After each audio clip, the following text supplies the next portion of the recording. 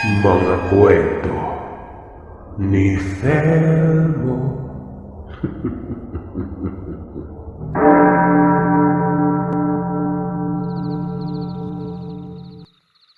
Tawagin niyo na lamang po ako sa pangalang Elfie.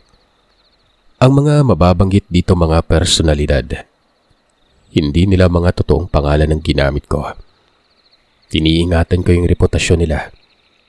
Hindi lang sa akin, sa pamilya ko, kundi pati na rin sa ibang tao.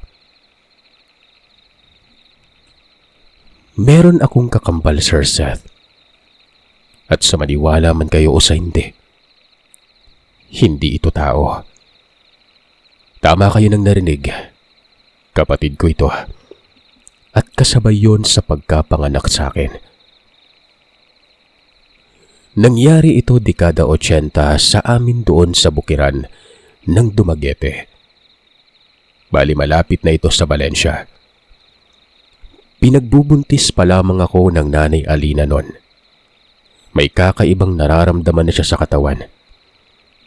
Hindi ito tipikal na nangyayari o nararanasan ng isang buntis. Ayon sa nanay, nilalagnat siya palagi noon. Pero hindi ito yung lagnat na masama ang pakiramdam. Sadyang mainit lamang daw ang kanyang katawan. Hindi mabigat at masakit ang ulo. Hindi nanghihina at hindi nahihilo. Ipinatingin naman daw siya sa doktor. Ang temperatura ng katawan niya ay nasa 39 lang, na isang bilang na lang kumbulsyon na. Maraming pagsusuri ang dumaan, pero lahat ng naging resulta maliban sa kanyang temperatura, normal. Na-ultrasound pa nga umano siya pero nasa maayos naman ang kalagayan ng sanggol. Sinabi na lamang ng doktor na baka abnormality lamang daw sa init ng katawan nun. Pinauwi, pero niresetahan ng mga gamot para hindi maantala ang pinagbubuntis. Siyempre pagkatapos noon, umuwi na sila ng tatay Dan. May nakapagpayong ipatingin daw sa isang albularyo. Baka inaaswang daw ang nanay ko. Karaniwan na ang makaramdam ng init sa katawan kapag inaaswang. At dahil may paniniwala ang mga magulang ko noon dito, nagpatingin nga sila sa albularyo noon. Dito, sinabi ng albularyong si Ka Erming, dalawa umano ang ipinagbubuntis ng nanay ko. 2 sanggol. At ang isa ay hindi tao. Takang-taka ang tatay Dan nun. Paano daw nangyari yun eh? Na-ultrasound naman daw at may resulta pa nga. Naiisa lamang ang bata sa tiyan niya. Pero giniit ng albularyo na 2 talaga. Maniwala na lamang daw sa kanya dahil nararamdaman niya ito. Malamang, hindi talaga makikita sa doktor ito dahil nga hindi tao ang isa at hindi nabibilang sa mundo ng mga tao. Pero oras daw na isilang na mga sanggol. 2 batang buhay at sanggol pa din umano ang isa. Kumbaga, wala umanong pinagkaiba sa orihinal na bata na nasa sinapupunan. May mga mapapansin daw dito nakakaiba sa kinikilos. At kinakailangan daw patayin. Salot daw ito. Posibleng nais ng isang lamang lupa umano na mamuhay bilang tao. At para maranasan ang kabuang sistema, ginusto nitong magsimula sa pagiging sanggol. Para umanong hindi na makatotohanan ng ganon. Naniniwala ang mga magulang ko sa albularyo pero labis-labis naman umano ang pagkakasabi ng albularyo nun. Imposible daw talaga. Kaya naman umuwi na lamang sila noon.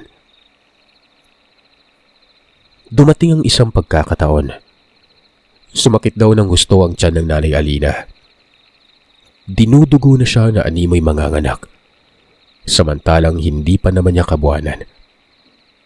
Nasa 8 buwan pa kasi yun. Dadalhin sana sa ospital ito pero nahihirapang maglakad. Malayo sa kalsada ang bahay. Pahirapan pa ang daan gawa ng nasa dalisdis ng bundok yon. Hanggang sa bigla na lamang daw dumating ang kilala sa lugar na kumadrona. Kasama pa nito si Kairming. Takang-takang Tatay Dan. Nagtanong pa ito sa kung bakit sila naroroon. Isisila ngayon ang kambal at ngayon nilalabas ang kampo ng dilim. Gaya ng sinabi ko, nararamdaman ko yon. Bukas ang kabilugan ng buwandan. Huling araw ito bago pa tutungtong sa unang araw ng ika-9 na buwan ng pagbubuntis. At ipapanganak ang mga bata bago pa magkabilugan. Markado ko yung mga batayang ito. Makinig ka, Dan. Mamamatay ang asawa mo kapag dinala mo sa ospital. Maniwala ka sa akin. Hindi daw nakapagsalita ang Tatay Dan nun. Parang sumang-ayon na lamang ito. Napakaseryoso na mukha ni Kairming.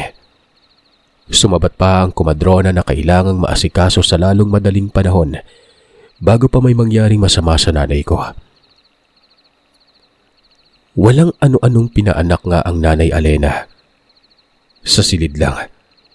Yung bahay na yon ay tipikal na tirahan na makikita sa bukid. Isang palapag na nakaangat ang sahig sa lupa. May isang silid na sapat na laking sala at beranda na nakabungad naman sa babaan. Ito nang nayon sa ibabang parte. May mga bahay doon pero magkakalayo ang agwat nun. Sa unang labas umano, ako.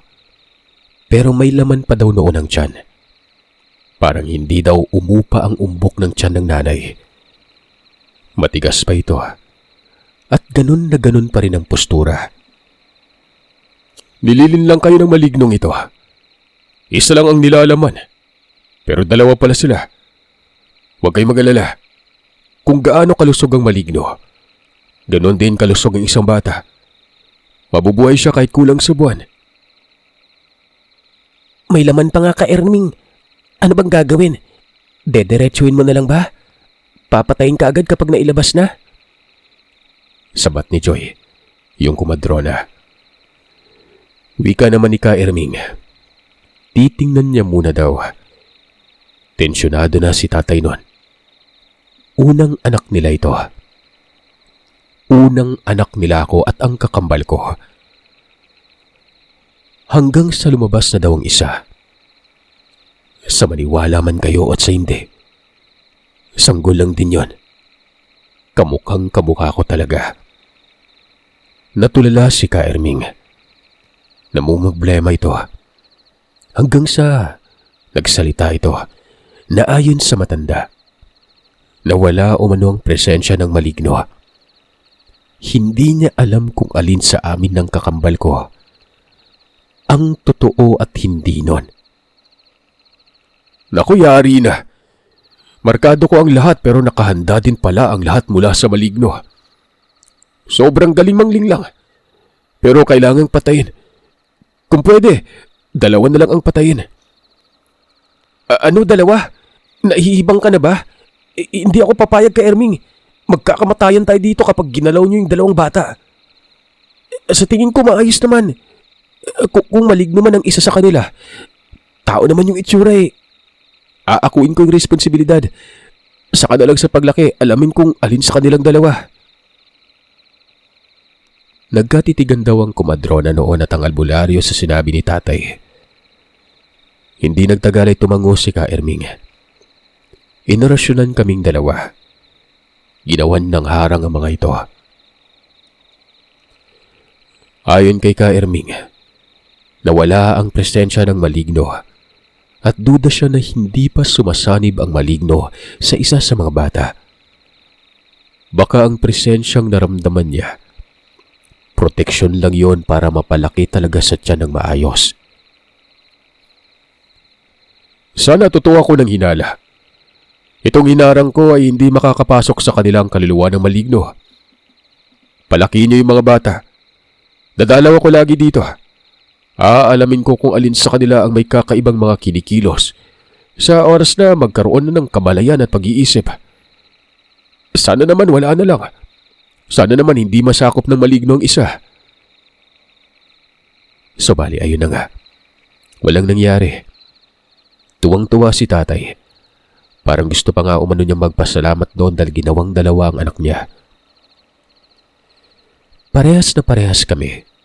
Walang sinyalis na kakaiba alinman sa amin noon. Yung tipong walang bakas na magiging palatandaan. Balat, nunal, o may mga bahagi na hindi perpekto. Kung kaya naman minarkahan kami noon sa may dibdib.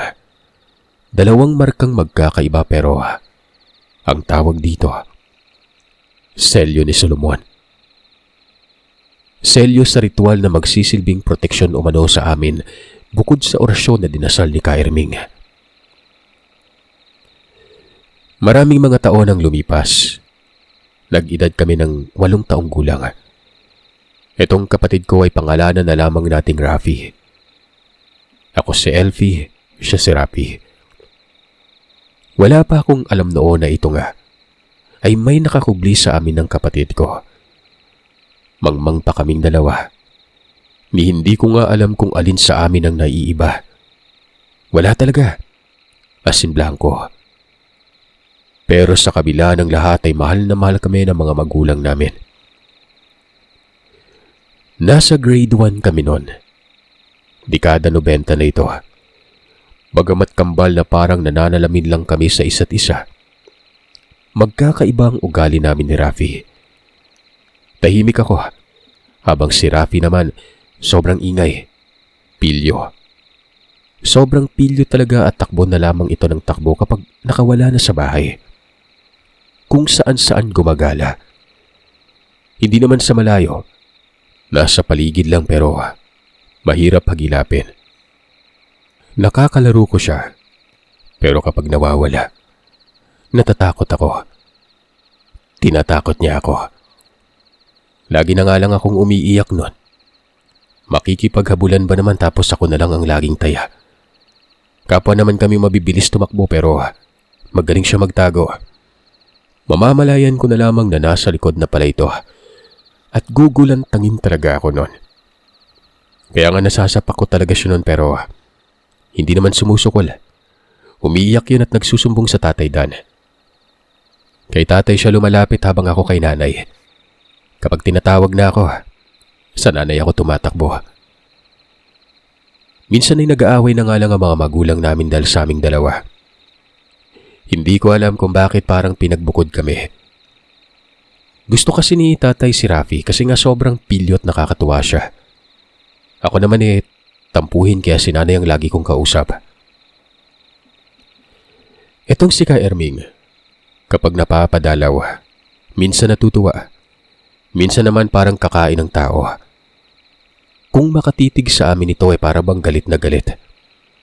Tinatawag na lamang kami nito sa may beranda. Tapos, pinapatungtong sa upuan at tinititigan kami na mata sa mata. Naalala ko talaga yun. Sa tuwing Sabado ito naroroon sa amin gawa ng walang klase. Tay, si Ka Erming nananakot. Usog ka naman dun, Rafi.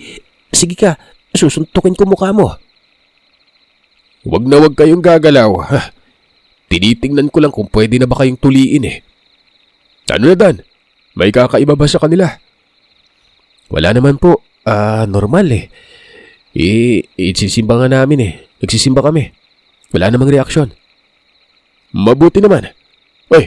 Teka. Sino nga ba dito si Rafi? Ihubarin niyo nga ang mga damit ninyo. Yan ang laging bumubungad sa amin. Pinapahubad kami ng damit. Tinitingnan niya ang marka sa dibdib namin noon at doon pa niya kami nakikilala. Kayo mahilig ang mga maligno sa mga bata. Kapag may pangit na lumapit sa inyo at nakakatakot, sabihin niyo sa akin, may nakakausap ba kayong pangit? Wala po. Ikaw po yung pangit dito. Lagi na lang kayo nakasimangot. Tingnan nyo, umatras na tuloy yung buhok nyo patungo sa batok. Natakot sa mukha nyo Ganyan si Rafi makabanat. Malakas mang Alaska. Ito namang matanda para bang gusto nang makapanakit. Basta, ganun kami lagi. Hanggang sa isang araw noon, nagkasakit ako. Nilalagnat. May mga butlig sa katawan. Hindi nga ako nakapasok noon. Si Rafi lang. Bulutong yung sakit ko.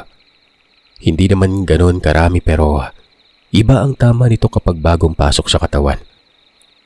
Mainit at ang sakit ng kasukasuhan ko. Noong gumaling ako matapos ng 1 linggo, pumasok ulit ako nun. Bago mag-flag ceremony ay kinausap ako ni Rafi. Ayon dito, kapag may itatanong daw ang guru namin, ngitian ko lang daw. Huwag na huwag sasagot. Ngiti lang. Sabi ko naman sa kanya, bakit? Pero inulit lamang nito ang binanggit sa akin noon. Basta umano, ngingiti lang ako. Natural lang sa akin na ganito si Rafi. May mga payo talaga siyang puro na lang kalokohan. Pero sa mga puntong yon ay napakaseryoso na mukha niya. Tila idinidiin niya na dapat yun lang ang gagawin ko noon. Nung pumasok na kami sa silid-aralan, napatitig sa akin ang guro.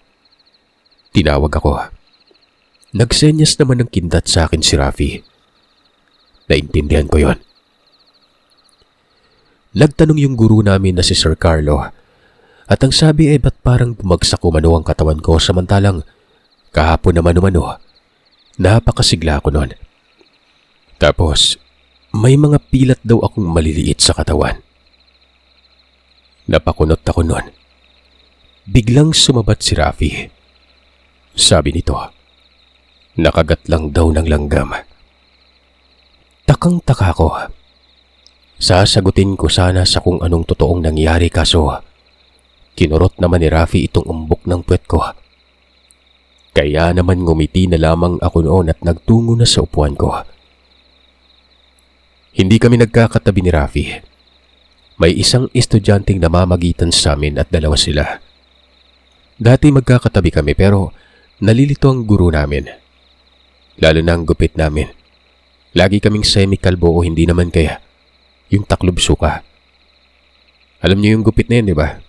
Taklob suka. Ganun kami ng kapatid ko. Para mga bubuyog tingnan. Noong recess na, nagtanong ako sa kamag-aral namin noon na babae. Sabi ko, ano ba daw ang meron at parang nagulat ang guru nang makita ko noon?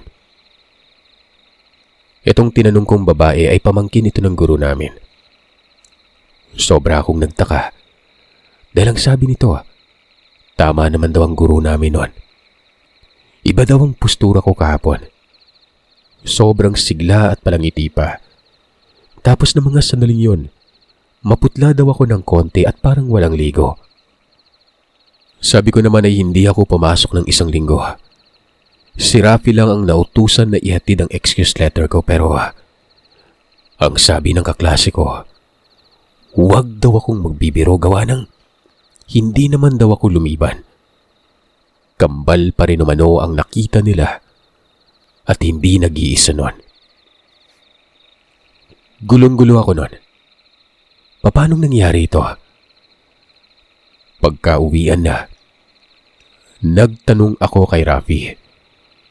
Sabi ko, anong nangyayari at tila wala akong liban imbis na may sakit ako nun. Pero ngumingiti lamang ito sa akin. Ngiti na nagpapalala ng pagkabagabag ko. Yung tipong may kung anong ibig sabihin na hindi maabot-abot ng wisyo ko nun. Umayos ka, Rafi. Susuntukin kita. Malayo pa naman ang bahay. Naku ka, gugulpin talaga kita. Ano bang problema? Ba't ka ba nagtatanong ng ganyan? Hayaan mo na yun. Guni-guni lang siguro nila yon. Di ba nga may sakit ka? Teka, ano ba yon? Ano bang tawag na na? Pinutakte. Baliw, bulutong oy. Anong pinutakte? Tara na nga. Sarap po talaga suntukin. Binaliwala ko lang yon. Inisip ko na baka napagkatuwaan lamang ako nila. Prank kumbaga. Kasi nga di ba, magkamukha talaga kami ni Rafi noon. Dumating na naman ang araw ng Sabado. Inaasahan na namin noon na bubungad na naman ang panot na albularyo. Pero hindi ito nagpakita. Dapat umaga pa lamang ay naroroon na ito sa beranda. Kaya nga naroroon na rin kami na mukhang mga anga-anga nun. Nakatungtong na sa upuang kawayan at sobrang bagot kami. Ayaw naman kaming paalisin ni tatay. Antayin daw ang albularyo. Nagkakatulakan na kami noon ni Ravi. Banas ako. Banas din siya. At dahil walang mapagbuntungan ng inis, kami na lamang dalawa ang nagbabanatan noon. Umabot na lang yun ng 10:00. Kung hindi ako nagkakamali, umulan pa ng malakas. Unang beses na umulan sa mahabang tag-araw. Hulyo ata yun. Medyo matagal na kasi kaya hindi ko masyadong maalala. Pero tuwang-tuwa kami. Yung pagkabagot na bura. Diretso na kami takbo noon sa labas kahit na tinatawag kami ng mga magulang namin. Hinabol ko si Rafi hanggang sa nakarating kami noon sa may dulo ng lupain. Naglaho na lang siya. Hinanap ko pero hindi ko makita. Sinabihan ko kaagad na wag niya akong gugulatin gawa ng susuntukin ko talaga siya noon. Ito kasi ang ginagawa niya sa akin lagi. Nananakot ito pero siya yung iyakin. Hindi ito sumusukol sa akin. Umiiyak lamang ito. Maya-maya ay may tumawag sa akin noon. Boses ito ni Rafi. Nasa bandang likod ng kubeta. Dali-dali akong nagtungo noon. Pagkabungad ko na, laking gulat ko nang may nakita akong bagay. Parang posturang tao pero nakadapa sa lupa. Nakakapangilabot ang itsura niya. Napakalaki ng mga mata. May isang sungay sa noo.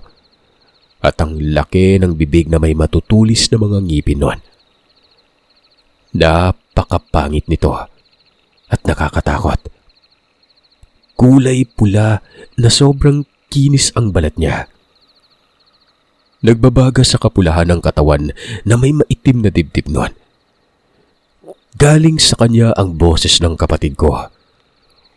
Bumubuka-buka ang bibig niya, Sir Seth.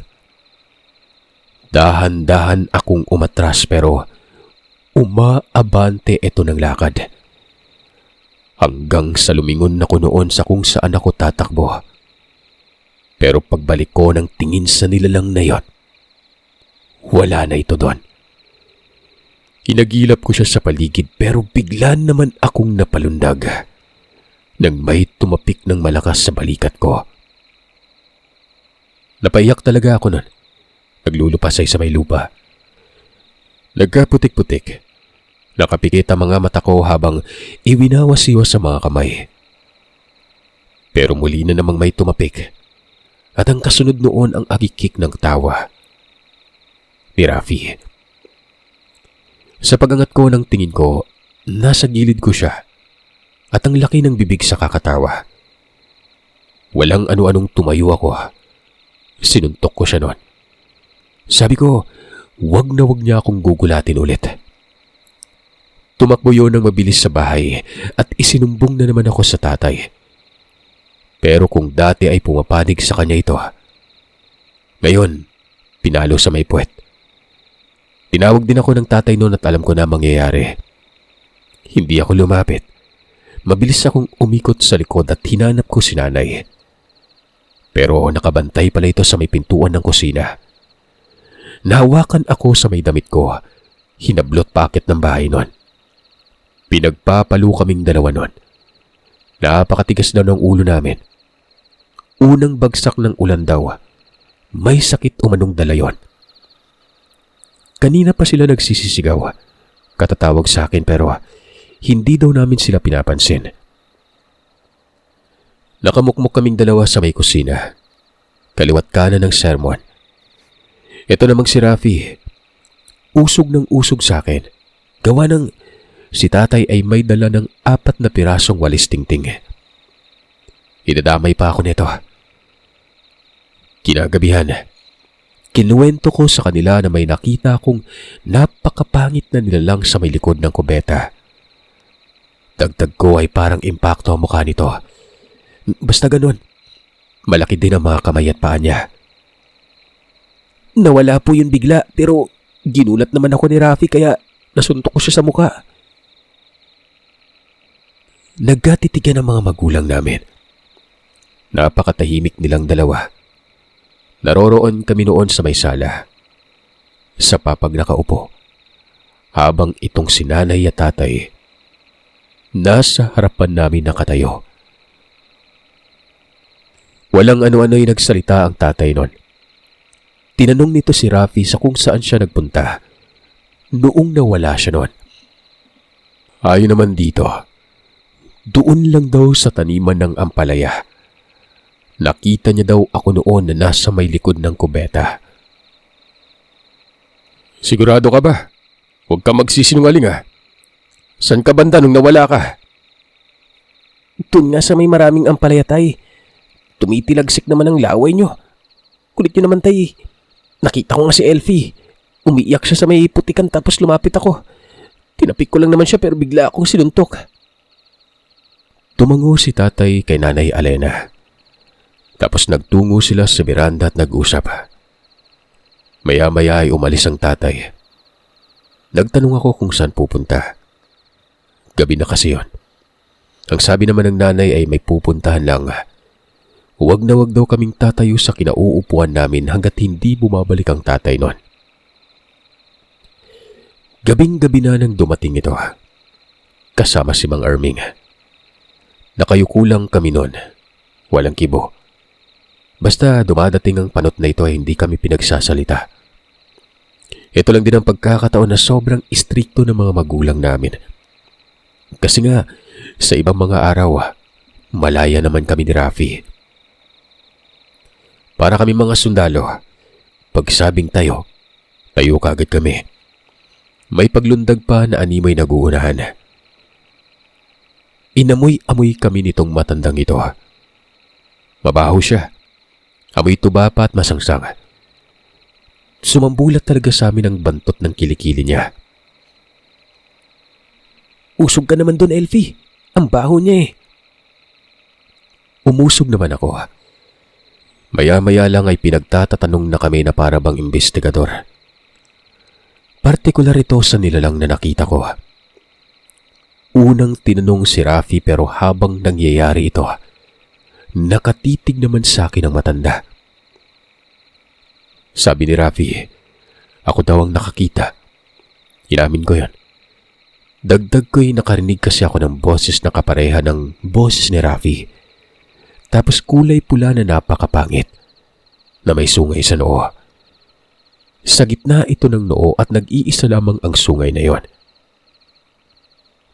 Ikaw ang nakakita, hindi si Rafi. Kapag nagpakita ulit sa'yo, magsabi ka kaagad ha. Ano po ba yon, Ka Erming? Alam niyo po ba kung ano yung patungkol sa hayop na yon? Hayop po ba yon? Lahat naman ng mga nilalang ay hayop.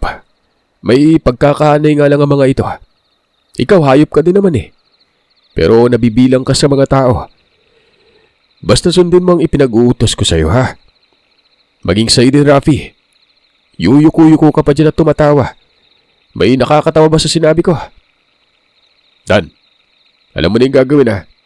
Kapag nalaman mo na, patayin ka agad natin. Wika ng matanda nun. Nag-iba ang itsura ni tatay. Sabay tingin sa Nanay Alena at lapit sa aming dalawa ni Rafi na parabang maiiyak ito. Iyakap kaming dalawa. Ang sabi ng tatay, mukhang hindi daw niya magagawa yon. Mahirap daw, masakit para sa kanya. Ayon naman sa albularyo, kung hahayaan lamang daw ito, dilubyo daw ang mangyayari sa hinaharap.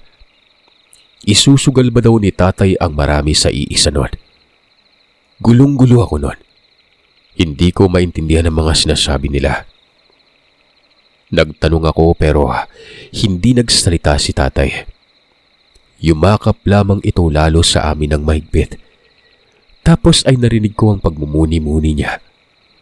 Na sana umano, huwag mangyari ang nasa isip niya nun. Umalis sa matanda. Binabagabag ako noon. Hindi ko alam kung binabagabag din ba itong kapatid ko. Nakangisi lamang ito na parang tuwang-tuwa. Malaki ang ipinagbago ng mga kinikilos nila nanay at tatay noon. Panay si Tito sa amin. Halos hindi na nga kami makalabas ng bahay. Kung ihahati naman sa eskwelahan, sinasamahan talaga hanggang sa harap ng silid. Nahihiya nga kami noon. Pero itong si Rafi, parang may kakaiba sa kanya. Kinakausap niyang sarili na, alamin parang baliwa. Nagtatalukbong ng kumot ito sa gabi at merong kinakausap. Natatakot nga ako noon kasi iba ang tono ng pananalita niya. Napakaseryoso. Sinabi ko ito kila tatay. Wala namang naging pagpunayon. Nagkakatitigan lamang silang dalawa. Hanggang sa nakita ko na naman muli yung nilalang. Hindi umuulan na mga panahon na yon. Kalagitnaan ng gabi at nakatungtong ito sa may bintana. Takot na takot ako. Hindi ako gumagalaw. Nagpapanggap lamang akong tulog noon. Wala si Rafi sa tabi ko ng mga panahon na ito. Ang mga magulang namin, sa sala natutulog palagi. Bumubuka-buka ang bibig ng nilalang. Napakalaki ng bibig niya na parabang kakasya yung ulo ko. Kitang-kita ko pa ang ngalangala na ubod ng itim. Napakahaba din ang dila na kulay itim nun. Gusto ko noong sumigaw, pero natakot naman ako gawa ng nasa ibabaw ko lang siya banda. Dahan-dahan akong umuusog doon, patungo sa may pintuan. Naiisip ko na kapag pumabor na talaga ako sa may pinto, babangon ako at tatabi sa mga magulang namin. Nang walang ano-ano, may humawak sa balikat ko na siyang nagpasigaw sa akin noon. Pag-angat ko ng tingin, si Rafi, nakahiga at halos idikit na nito ang mukha niya sa mukha ko. Nasampal ko talaga. Sabi naman nito, ano daw at sinaktan ko siya. Tugon ko naman ay ginulat niya ako. At dagdag ko pa, may kung anong nilalang sa may bintana. Nakikita niya ba ito? Pero ang sabi niya, wala naman daw. Kanina pa daw ako nanginginig na parabang binabangungot umano ako. Kaya tinapik niya ako pero sinumtok ko naman daw siya. Mabuti na lang at hindi nagising sila nanay. Kung sa bagay, nakainom si tatay nun. Tapos itong si nanay naman ay pagod sa biyahe. Galing sila sa isang piyesta sa kamag-anak namin at taga Santa Catalina. Wala na doon ang nilalang. Siguro'y umalis na ito. Pero nagtataka ako. Gawa ng alam ko naman na wala sa tabi ko si Rafi. Papanong bigla na lang itong lumitaw? Kasabay pa noon ay ang paglaho ng nilalang. Doon na ako nagduda. Pero ang unang naiisip ko noon, hindi kaya kaibigan ito ni Rafi? Sa tuwing nawawala siya ay naroroon ito. Doon ko nakikita ang nilalang. Hindi kaya ito ang kanyang kinakausap tuwing nagtatalokbong siya ng kumot noon. Nagtanong ako. Nilinaw ko ang mga pagdududa pero ayon sa kanya ay nababaliw na raw ako. Tsaka wala naman daw siyang kinakausap. Nagdadasal lamang siya habang nakatalokbong ng kumot. Hindi din siya nawala sa tabi ko. Baka umano namamalikmata lamang ako. At gaya ng sinabi niya, nakita niya raw akong nanginginig kaya tinapik ako noon. Hindi naman namin sinabi ito sa mga magulang namin pero muling nagpakita sa akin ng nilalang kinabukasan ng umaga. Magkakasabay kaming naliligo noon sa balon ni Rafi. Bukal yun na sinimento. May poso at paliguan. Balon na may poso sa gilid. Paglingon ko kay Rafi noon, hindi si Rafi ang nakita ko, Sir Seth. Yung nilalang, naliligo. Kinikipat-kipat ko ang mga mata ko pero naroroon talaga. Malaki ito at nasa gilid ko lang. Tumakbo ako ng mabilis sa bahay. Nagsisisigaw at sinabi kong nagpakita na naman ang nilalang. Bumungad kaagad sa may pinto ng kusina si tatay. Nagtanong sa kung saan ko daw nakita. Sabi ko, nasa balon. Itinuro ko pa. Pero napakunot ang mukha ko dahil wala na ito doon. Si Rafi ang nakita ko, Sir Seth.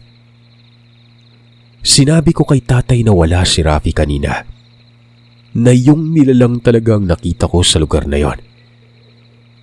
Para bang hindi napapakali si tatay sa mga puntong ito. Tinungo niya si Rafi. Tinitigan ang mga mata niya. Ako naman noon pabalik-balik sa balon. Narinig kong may sinabi si tatay kay Rafi pero hindi ko ito maintindihan na parang ibang lingwahe. Walang ano-ano ay sumabat si Rafi. Tinanong nito kung ano ang ginagawa ni tatay. Bakit daw parang hibang ito habang nakatitig sa kanya? Matapos lang magsalita ni Rafi, lumapit sa akin si Tatay Dan. Ako naman ang tinitigan niya sa mga mata habang nagsasalita noon. Yun pa rin ang sinabi niya. Yung talata na hindi ko maintindihan. Maya-maya ay tumigil na ito at napapailing. Nadidismaya. Umalis at sinabing magpatuloy na daw kami sa pagligo. Alam kong medyo may mali na talaga ng mga panahon na yon.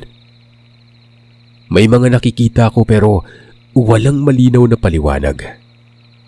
Doon na ako nagtanong sa ama ko sa kung ano ba talaga ang nangyayari ng mga panahon na yon.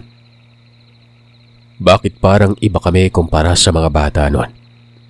Ayaw palapitin sa mga kapitbahay at ayaw makitang nakikipaglaro sa ibang bata.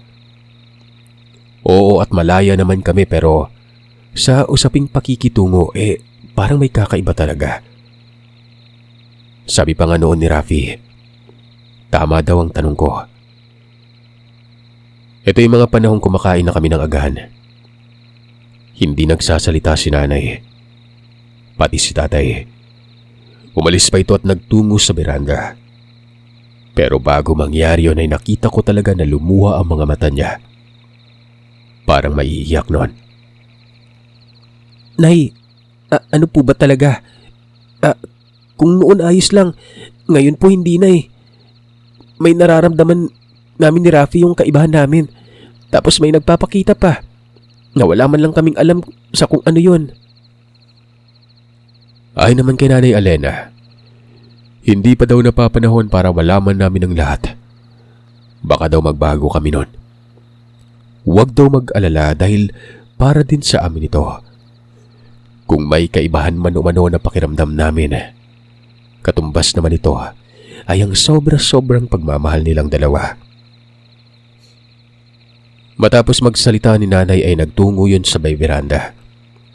Nakita namin ang kapatid ko na magkayakap sila ni tatay. Nagkatitigan kami nun tapos, hindi kaya tayo mga aswang? Di ba pinapaiwas tayo sa ibang mga bata? Maliban na lang sa mga kamag-aral. Naalala mo ba yung sinabi ni Ka Erming na may papatayin? Tingin mo ano yun? Pakiramdam ko kasi isa sa atin papatayin eh. Baka aswang nga tayo. Tapos yung isa magiging masama, no? Wika ni Rafi na mabilis ko namang sinang-ayunan. Parang ganun na nga. Kasi nga sir, hindi nakaila sa amin yung aswang eh. Maliban sa panakot ay kabilaan din ang kwento doon patungkol dito. Na itong aswang ay may mabuti at masama. Umiiwas sa mga tao. Hindi talaga nakikisalamuha. Parang aswang talaga tayo. Pero kung ganun, aswang din sila nanay at tatay. Ala ka namang hindi. Siyempre bunga nila tayo eh. Tsaka baka mabubuting aswang sila no. tayo, may masama sa ating dalawa. Ikaw siguro yun. Nanununtok ka eh. Anong ako? Baka ikaw. Kasi kapag wala ka, dun ko nakikita yung nilalang eh. Ikaw siguro yun. Nagpapanggap lang. Ang sabi naman ni Rafi, kung siya daw yun, tapos magkapatid kami, ganun din daw ako. Isang linggo ang nakalipas. Pagdalaw noon ni Ka Erming, walang ano-anong hinarap namin ito ni Rafi. Sabi namin, kaya kami sinusuri kasi nga mga aswang kami. Tapos balak patay ng isa sa amin. Napakunot ang mukha ni Ka Erming. Napatitig kay tatay. Nagkibit balikat naman ang tatay at sinabing hindi niya inaasahan na yun daw ang lalabas sa bibig namin. Totoo naman, di ba? Aswang kami. Aswang din kay Nay, tsaka ikaw, Tay. Itong matandang to, inaalam kung alin sa amin yung masama. Mabubuti naman kami. Huwag mo namang ilapit yung mukha mo, Ka Erming. Ang baho ng hininga mo. Tumawa ng tumawa ang matanda. Hindi daw kami aswang. Huwag daw gawing komplikado ang mga pag-iisip namin. May sakit lang daw kami noon na mula pagkabata ay dala na namin ito. Siya lang daw ang nakakaalam sa kung anong sakit yon, dahil hindi daw ito nakikita ng doktor. Tsaka wala o manong papatayin sa amin. Bagkus ay inaalam lang kung alin sa amin lilitaw ang sakit na malala. Gagamutin niya. Papatayin ng sakit at hindi papatayin ang isa sa amin noon. Nagtanong ako sa kung anong sakit ito. Mangangagat yung isa sa inyo. Magiging maligno. Papatay ng tao. Oh, paano naging sakit yon? Maging maligno. Mas maligno ka pa nga tingnan eh. Hindi nga. Ano po ba talaga? Yung totoo po. Ay naman sa albularyo, ang isa sa amin ay may sakit na galing sa isang maligno. At posibleng maging maligno daw ang isa sa amin noon. Maniwala daw sa kanya. Totoo ang mga sinasabi niya. Dito ay sumabat si tatay. Tumango ito at sinabing totoo ang mga sinasabi ng manggagamot.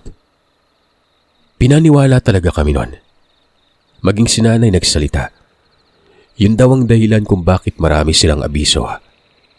Isa lang daw ang ipinagbubuntis niya noon pero dalawa ang lumabas na bata. Ipinakita pa yung resulta ng ultrasound. Ito na yung pagkakataon na namulat ako na may isa nga sa amin na hindi talaga tao noon. Hindi ako sigurado kung ako ba.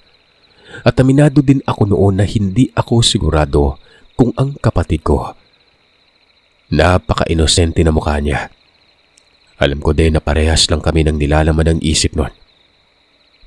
Naging kumpirmado ang lahat ng nagpaliwanag pang kumadro ng nagpaanak sa amin. Mga isang buwan ata yun, malaki ang pinagbago ng lahat. Hindi na kami halos nag-uusap ni Rafi. Kapwa nagpapakiramdaman. Kapwa sinisipat ang bawat isa. Kalaunan, kung may napapansin ako kay Rafi ay pinupuna ko siya. Kung siya naman ang nakakapansin sa akin ng iba, pinupuna niya ako. Hanggang sa nagbalik ulit yon, pagkakasundo naming dalawa. Naisip namin doon na wala lang talaga o hinala lang ng albularyo. Kaya sa tuwing bumibisita ito, sinasakyan lang namin. Kapag nagtatanong, sabay kaming tumatanggi. Hanggang sa lumaki kami ng lumaki. Naging high school na kami noon. May pulidong mga pananalita na. Yung tipong alam na namin kung ano ang mali at tama. Pero walang pinagbago sa ugali namin. Kung noon ay makulit kami, makulit din kami ng malalaki na. Mas lumala pa nga eh. Kasi kung noon ay hindi sumusukol sa akin si Rafi, habang ngayon lumalaban na. Siya pa ang may ginawang kalokohan, siya pa magagalit. Maraming beses na nga kaming nagkakasuntukan noon.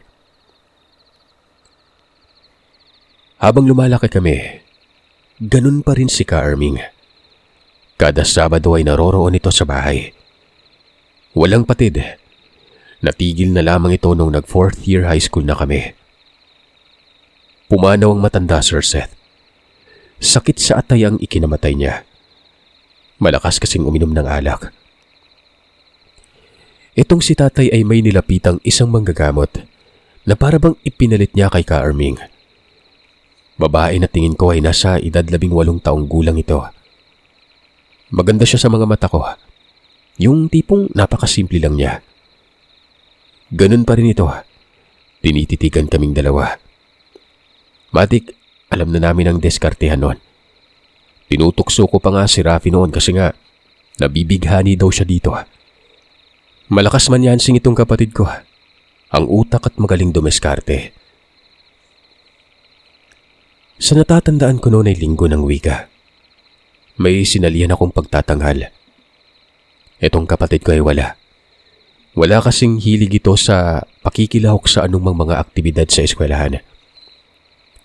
Umuwi lang ito. Ako nga noon ay may grupo na sa sayawan. Ako lang noon ang nasa paaralan. Sumibat si Rafi.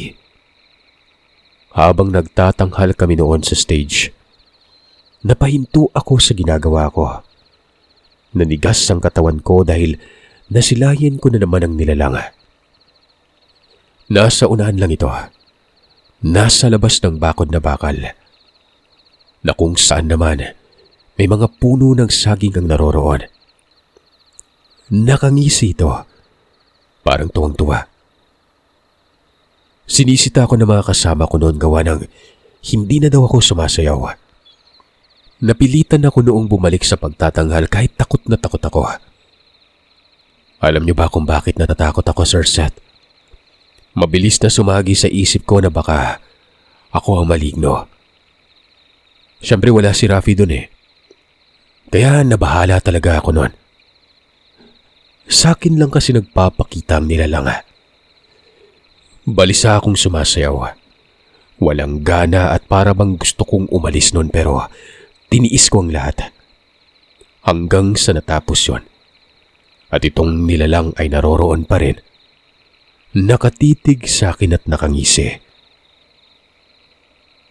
Sumimple ako noon ng lapit. Nililinaw ko kasi ang detalye nito. Siya nga yun. Napapaiyak ako at ang sabi ko sa sarili ko, ako ang hindi tao. Lumapit ako ng lumapit at bigla na lamang siyang naglaho. Pero ganun na lang ang pagkawindang ko. Nang ang pumalit sa kinatatayuan niya, walang iba, kundi si Rafi. Nakahubad pang itaas. Malinaw na si Rafi ito at hindi ako. Meron siyang selyo sa dibdib na naiba sa akin. Nakangiti ito at sinabi pang huwag daw magpapahalata. Lumapit ako sa kanya dahil may sasabihin siya. Mula sa boses, galawan ng piluka at sa kung paano magdikta ang kamay habang nagsasalita. Si Rafi talaga yon. Lumapit ako at sumampa na noon sa bakod. Sabi ko, nakita ko ulit ang nilalang. Doon ito sa kinatatayuan niya. Ngumiti siya. At ang sabi nito, sa amin lang daw yon. Siya umano ang maligno, Sir Seth. Pero kung iniisip ko daw na masama siya, hindi. Ginagampanan niya lang ang pagiging tao. Tinatamasa niya ang pagmamahal ng isang tao kung gaano kaganda at kasarap sa pakiramdam. Kapalit noon ay nagpapakawala din siya ng pagmamahal at pagbibigay saya, lalo na sa akin noon. Napaiyak ako noon. Yung takot ko sa katawan nawala. Nakita ko kasing lumuluha ang kanyang mga mata. Hindi na daw niya naatim. Malaki na daw kami at baka makaapekto ito sa akin. Inamin niya. Pero wag daw ako mag-alala dahil nasa taong katauhan pa rin umano siya noon. Kapatid pa din niya ako bagamat malignong pinanggalingan niya. Kung ano ang dugo at laman ko, ganun din siya. Lalo na't kambal kaming dalawa. Mahaba pang program noon pero pinili kong umalis. Umalpas ako sa bakod. Iniwan ko ang mga gamit ko doon sa silid. Nagtanong pa itong si Rafi sa kung ano daw ang ginagawa ko. Magpapasaway daw ba ako? Sabi ko masaya lang ako. Akala ko kasi ako nang maligno pero siya pala yon. Pero wag din siya mag-alala dahil kapatid ko pa rin siya. Iyakap ko ito. Nakarinig pa ako ng boses mula sa likuran ko. Mula ito sa mga estudyanteng nanonood sa programa. Ano umano ang ginagawa ko, Sir Seth? Niyayakap ko mano ang puno ng saging nun. Pagkalas ko kay Rafi, saging ang yakap ko. Tapos itong si Rafi ay tawa ng tawa at naroroon ito sa unahan. Mga 10 dipang layo niya. Walang hiyang yan. Nagpanggap ang puno ng saging yung animal. Hiyang-hiya talaga ako nun. Nagdahilan na lamang ako at ang sabi ko ay sinusukat ko lamang ang laki ng saging. Nabala kong magtanim ng ganung uri ng saging sa amin. Hinabol ko si Rafi at nang maabutan ko ito, isang bigwas kaagad sa sikmura. Umungol ito at nakangisi pa rin. At ang sabi pa, pinahiya lang daw niya ako kaya siya naroroon. Tawa ito ng tawa. Ako noon natawa na lang. Tawa na walang mapaglagyan. Hindi ako'y maligno at alam kong hindi na ako maaasiwa noong makitungo sa mga tao. Kumbaga, hindi ko nababantay ng sarili ko. Umuwi kami noon. Ako pa ang nagsabi na huwag itong malalaman ng mga magulang namin dahil kapag nalaman, malamang baka may papatayin talaga sa aming dalawa. Ayon naman kay Rafi, hindi daw mangyayari yon dahil dama niya ang pagmamahal ng mga magulang namin. Hanggang sa nagkolehiyo kami, magkasama pa rin kami. May mga pagkakataon na nakakalimutan ko nang hindi siya tao. Pero may mga pagkakataon din naman na sumasagi sa isip ko ang lahat nun. Pero alam niyo ba, mula nang malaman ko ang lahat, araw-araw na ipinapakita ni Rafi ang kanyang katauhan. Binibigla ako, tinatakot. Ako naman tong may magaan na kamay, nakakatikim kagad ng suntok yon na parabang hinayaan lang niya ako maging ganon. Natutuwa din kasi ito. Sa kasalukuyan ay may mga pamilya na kami. Magkakalayo na ang kinaroroonan namin. Nasa Mindanao ako habang siya ay nasa Leyte. Minsan ay nagkikita kami kapag kapistahan sa amin sa bukid ng Dumaguete. Kasama niyang asawa at 2 anak niya. Alam niyo ba kung sino yung napangasawa niya? Yung pumalit lang naman kay Ka Erming Nalbularia. Hindi ko alam sa kung paano sila nagkasundo. Siguro, hindi na iba sa asawa niya na ganun siya. Napapailing na lang ako noon. Naiisip ko kasi na yung mga anak kaya nila, mga maligno din kaya yon.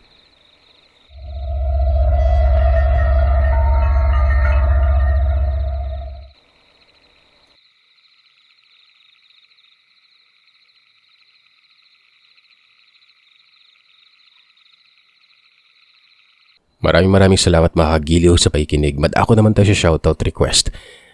Sir, paki-shoutout po Rex Gallego Agustina na yung gaw na namin siya mismo nagsasabi sana ma-shoutout din siya. So hindi ako nagkakamali, ito si Ryder na nakikinig habang nagdadrive. Ingat po sir, from Leona Reyes Sikig.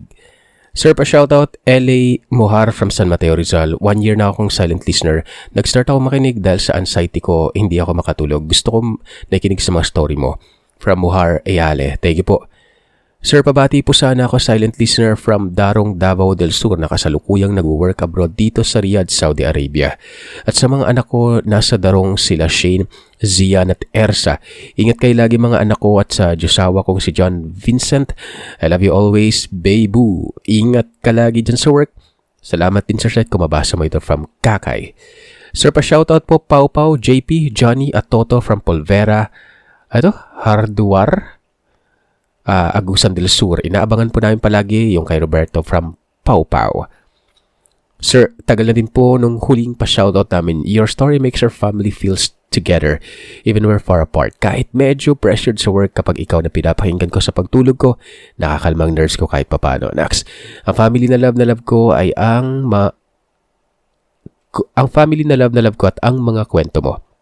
Ensyo, Ellie, Enchang, Enching at Enteng. From Luzili, Kayanan, and last but not the least, from Nicole Janel Negrillo Jaime, pinapa-shoutout niya ang kanyang ina na si Jenny Negrillo. Ay mga kagili, maraming salamat sa inyo.